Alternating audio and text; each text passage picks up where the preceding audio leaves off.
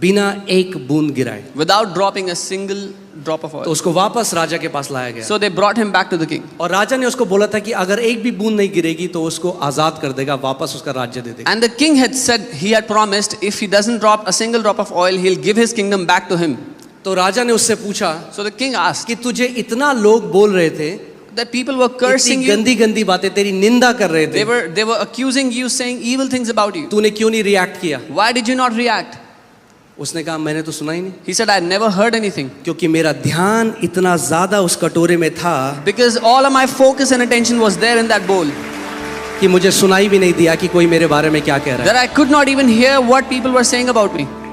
ये जो मिट्टी रूपी बर्तन है, इसमें परमेश्वर ने पवित्र आत्मा उड़ेला है। God has put his Holy Spirit in this earthen vessel.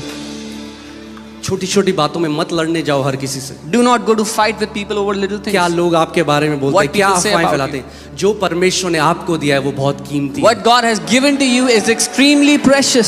अगर आपका ध्यान उस लक्ष्य की तरफ है जो परमेश्वर ने आपको दिया है, आपको फर्क नहीं पड़ेगा लोग आपके बारे में क्या बोलते हैं। If your attention is on that mark that God has given to you, that destiny, then it will not matter what people say about you. आप लड़ने जा सकते हो, You can go to fight people, मगर वो छलका दोगे जो कीमती परमेश्वर ने आपको दिया है। but then you will spill that oil, that precious that God has given to you. किस किस को जस्टिफिकेशन दोगे आप? Who all will you go and justify yourself to? यहाँ जो चंगाइयाँ होती हैं मैं आपको बता नहीं सकता कितने कमेंट्स हमारे पास आते हैं। The healings that happen here, I cannot tell you how many comments we लोग receive. गालियाँ लिखते हैं, लोग People- उल्टी सीधी बातें करते हैं। People write cuss words, they write किस evil किस things. को हम बताएंगे कि भैया नहीं है, ये जेन्युइन प्रभु का काम है, किस किस को आप बताओगे? Who all will you go and justify to this is genuine और work of कब God? करोगे? And until when will you do this? असल बात ये है, The real thing is, यीशु ने कहा जब उन्होंने मेरी निंदा करी तो तुम्हारी भी करेंगे। Jesus said they hated me, they criticized me, they will also criticize you. मगर आप देखोगे वो कभी लड़ने नहीं गया। But he never went to fight his case. आप चुप रहो, You stay quiet. परमेश्वर को आपका जवाब देने दो। Let God answer on your behalf. जब आप लड़ोगे If you will go and तो fight, परमेश्वर चुप रहेगा। then God will be quiet. जब आप चुप रहोगे When you will be quiet, तो परमेश्वर लड़ेगा। then God will fight on your वो कहता behalf. है युद्ध तेरा नहीं है, He says the battle doesn't belong to you. युद्ध यहोवा का है। The battle belongs to the Lord.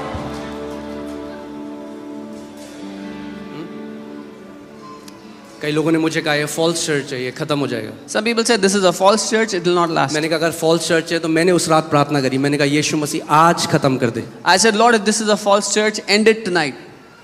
क्योंकि क्या फायदा एक कलीसिया का जिसमें भीड़ है और जब आप मसीह के सामने खड़े हो तो वो आपको बोलेगा कि तूने फॉल्स चर्च का तो एक पास्टर था। What is the point that a church that is filled with people and the day you stand before Jesus, he said you were pastoring a false church? मैंने कहा प्रभु आज खत्म I कर said, they. Lord, end it today. मगर अगर तूने इस church की नींव रखी है But if you have laid the foundations तो of this नरक के church, फाटक कभी प्रबल नहीं होंगे। then the doors of hell, the gates of hell will not prevail against this church. आमीन। Amen. सो जब आप कलीसिया में आते हैं, मैं क्यों आपको एक कहानी बताता, So- अपना फोकस वहां रखो जहां सबसे जरूरी है। Why did I tell you that story? Because when you come to the church, put your focus on the most important matter. Number one चीज जिसके लिए आप आते हो कलीसिया में, The prime वो reason, संगति भी नहीं है, The वो prime- वचन है, वचन। the prime reason why you come to church is not the fellowship, is the word why you come here. संगति बहुत जरूरी है, Fellowship is most मगर important. कई लोग केवल संगति चाहते हैं और वचन नहीं चाहते। But many people just desire the fellowship, not the word. हमारा नंबर वन प्रायोरिटी जीवन में है परमेश्वर का वचन। Our first priority in life is the word of God. मैं आपको इस बात को बता दूं, जितने मसीह परमेश्वर के वचन का सच में आदर करते हैं वो कभी भी जीवन की किसी परिस्थितियों के नीचे नहीं रहेंगे, वो हमेशा ऊपर ही रहेंगे।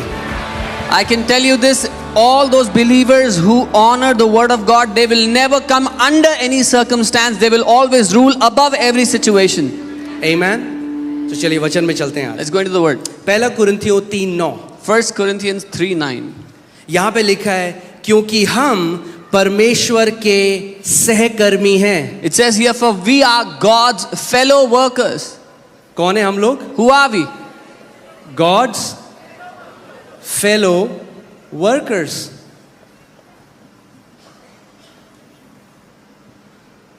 हम परमेश्वर के क्या हैं? सहकर्मी हैं, यानी उसके साथ काम करने वाले हैं। We are God's fellow workers. It means we work together with Him. If we are God's fellow workers, then we have to know how God works. अगर हम परमेश्वर के सहकर्मी हैं तो हमें समझना है परमेश्वर कैसे काम करता है. We have to learn how does the kingdom of God operate. हमें सीखना है परमेश्वर का राज्य कैसे काम करता है. Amen. Amen. क्योंकि हम क्या हैं परमेश्वर के? Who are we? सहकर्मी, colleagues. The fellow workers, the colleagues of God. Isn't that amazing? कि वो चाहता है कि हम उसके साथ मिलकर कार्य करें. हम सहकर्मी हैं परमेश्वर के. He wants that we work with him. We are co-workers with him. आगे देखिए क्या लिखा है. तुम परमेश्वर के खेत हो. You are God's field. तुम परमेश्वर के क्या हो? तो एक काम देखते हैं. ये 2 खेत हैं यहाँ पे, ठीक है? So there are 2 fields here. Let's see that. ये 2 खेत हैं There are 2 fields here. और एक भरा हुआ है फसल से. And one of the fields is filled with crops. और एक में थोड़ा And the other has sprinkles of crops. आप क्या हो परमेश्वर के? Who are you? खेत. The field of God. एक भरा हुआ है, फसल लहलहा रही है, One is filled with crop, with harvest, और एक में कुछ भी नहीं है. and the other has barely anything. इस खेत में किस चीज की कमी है? What does that field lack? हाँ, सीड. किसकी कमी है? सीड यानी बीज. यस, बीज. It lacks seed. बीज की कमी है. It lacks seed. जब आप अलग अलग मसीहों को देखते हो, When you see different believers, किसी के जीवन में आप बहुत ज्यादा फल देखते हो, in one believer's life you see many किसी के fruits. जीवन में आप कुछ फल नहीं देखते. In one's life you barely find so anything. मसीह लोग क्या सोचते हैं? वो परमेश्वर है जिसने उसके साथ किया और मेरे साथ नहीं किया. So what believers think is God has done plentiful with him but not with me. वो सोचते हैं कि अगर किसी के जीवन में बहुत फल है, वो परमेश्वर ने कर दिया और हमारे जीवन में उसने नहीं किया. They think if somebody has so much fruit in their life, it is because God has done it for them and but not for me. परमेश्वर पक्षपाती नहीं है. God does not differentiate. वो प्रेम करने वाला परमेश्वर He is है. a loving God. आमेन. यहाँ पे जो खेत में कमी है वो क्या है? What does this field lack? बीज. और Seed. मरकुस की पुस्तक, मरकुस की 4th पुस्तक में लिखा है कि बीज क्या है? परमेश्वर का वचन. In Mark 4, the word of God says, what is that seed? It is the word of God. यानी क्या डिफरेंस है 2 मसीहों के अंदर? So what is the difference between 2 believers according to ध्यान this? से सुनिए. Hear carefully. कोई अच्छा मसीह और कोई बुरा मसीह नहीं है. There is no good believer and bad believer. फिर से मैं बोल रहा हूँ. I'll say it again. अच्छा मसीह और बुरा मसीह नहीं है. There is nothing like a good believer or a क्योंकि bad एक believer. बार जब आपने मसीह में आ गए, आप उसके लहू से धुले गए, आप उसकी धार्मिकता बन गए, आप पवित्र लोग हो चुके हो. Because when you are in Christ, you are washed with His blood. You are holy. सो अब कोई अच्छा मसीह और बुरा मसीह नहीं है. So there is no good or bad believer anymore. अब यह है कि खेत जिसमें बीज पड़े हैं और कुछ खेत ऐसे हैं जिसमें बीज नहीं पड़े. Now the matter is a field which is filled with seed and a field which has no seed. यानी अब आपका हार्वेस्ट परमेश्वर नहीं डिसाइड करता, आप डिसाइड करते. Which means God does not determine your harvest, you do it. आमेन. आप परमेश्वर का क्या हो? खेत हो. You are God's field. जब एक किसान खेत लेता है, क्यों लेता है खेत? When a man buys a field, why does he buy it? क्या चाहता है वो खेत से? What does a man want from his field?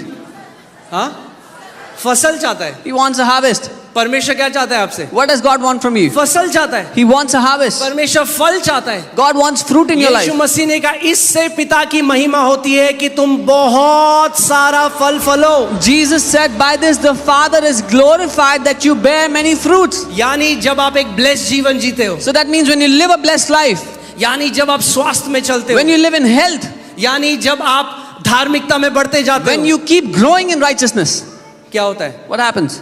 इससे पिता की महिमा होती है. The Father is glorified.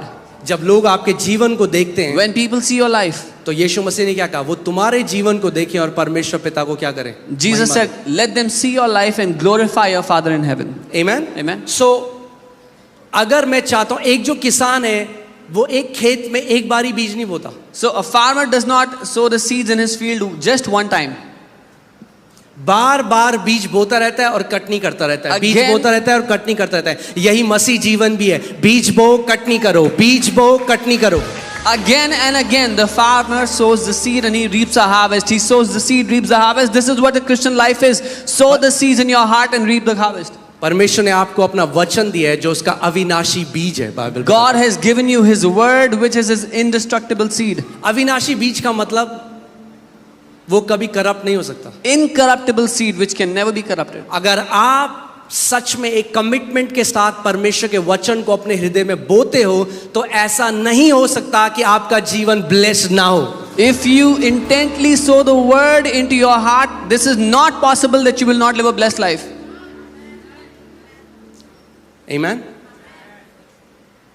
वचन कुंजी है। The word is the key. वचन हमारे जीवन का आधार है। The word is the basis for our life. Amen? हमारा नया जन्म भी परमेश्वर के वचन से ही हुआ है। Our new birth is according to God's word. Amen? अब मैं आपको एक चीज बताना चाहता हूँ। हम जब इस दुनिया में आए हैं, When we have come to this world, परमेश्वर का वचन पहला थेसलोनियंस 5:23 में हमें बताता है कि हम क्या है। परमेश्वर ने हमें अपने स्वरूप में बनाया तो हम क्या हैं? हम एक आत्मा है। 1 Thessalonians 5:23, God has made us in His image according to His likeness.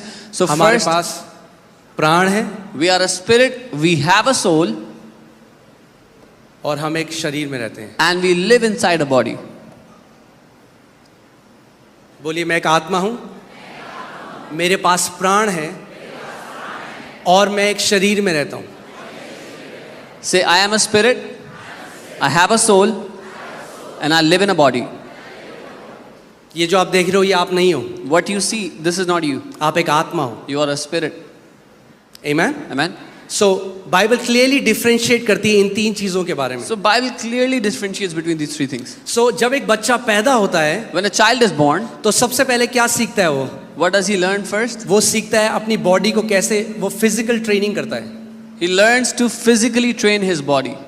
जो हम कहते हैं मोटर स्किल्स। एक बच्चा जब पैदा होता है अपने हाथ हिला के देखता है, कुछ चीज पकड़ने की कोशिश करता है, अपने मुंह में डालता है सारी चीजें। Yeah, we call it motor skills. The child learns to use his fingers, tries to taste everything. वो क्या कर रहा है? वो फिजिकल ट्रेनिंग कर रहा है, अब सीख रहा है, ट्रेनिंग के द्वारा जा रहा है कि इस शरीर को मैं कैसे इस्तेमाल करूं। The child is physically training his body, so how he can use the body. Amen? और बच्चा बढ़ता जाता है, हल्के हल्के उसकी स्किल्स बढ़ती जाती है, मोटर स्किल्स बढ़ने लग जाती है, देखने की शक्ति, सुनने की, जो सारे 5 सेंसेस हैं बॉडी में, वो एक बच्चा यूज करना सीख जाता है। And the child becomes more and more proficient how to use these 5 senses, how to use his body. Amen? Amen? फिर क्या होता है जब आपका बच्चा 2 साल, 3 साल, 4 साल, माता पिता पे डिपेंड करता है, फिर आप क्या करते हो? उसको स्कूल में डालते हो कि ताकि वो क्या सीख जाता है, फिर वो आप उसको स्कूल में डालते हो कि वो इंटेलेक्चुअल ट्रेनिंग या मेंटल ट्रेनिंग में आप उसे डालते हो। When the child turns 2, 3 or 4, the parents send them to school so they can be trained intellectually. कि वो बुद्धि और ज्ञान में बढ़ सके। So they can grow in wisdom and understanding. Amen? मुश्किल तो नहीं है? It's not difficult, right? सब भेजते हैं अपने बच्चों को स्कूल में। Everyone sends their children to school. Why? Because we want them to exercise their mental faculty. क्योंकि हम चाहते हैं कि वो बुद्धि में बढ़ें. लैंग्वेज सीखे, They learn केमिस्ट्री languages. सीखे, They मैथ learn- सीखे, साइंस सीखे, They learn different subjects, जो yeah, मेंटल फैकल्टी है वो डेवलप हो। which will help develop their mental faculty. Amen? होता क्या है, मोस्ट लोगों के केस में वो हमेशा इन 2 चीजों को डेवलप करते हैं और कभी स्पिरिचुअल ट्रेनिंग के थ्रू नहीं जाते। So what happens to most people is they train these 2 things, but they never go through spiritual training. एक आत्मिक प्रशिक्षण भी है। There is also a spiritual training. Amen? और बहुत सारे लोग मर जाते हैं बिना जाने हुए कि उनकी आत्मा कैसे कार्यशील होती है। And many people die without ever learning how their spirit works.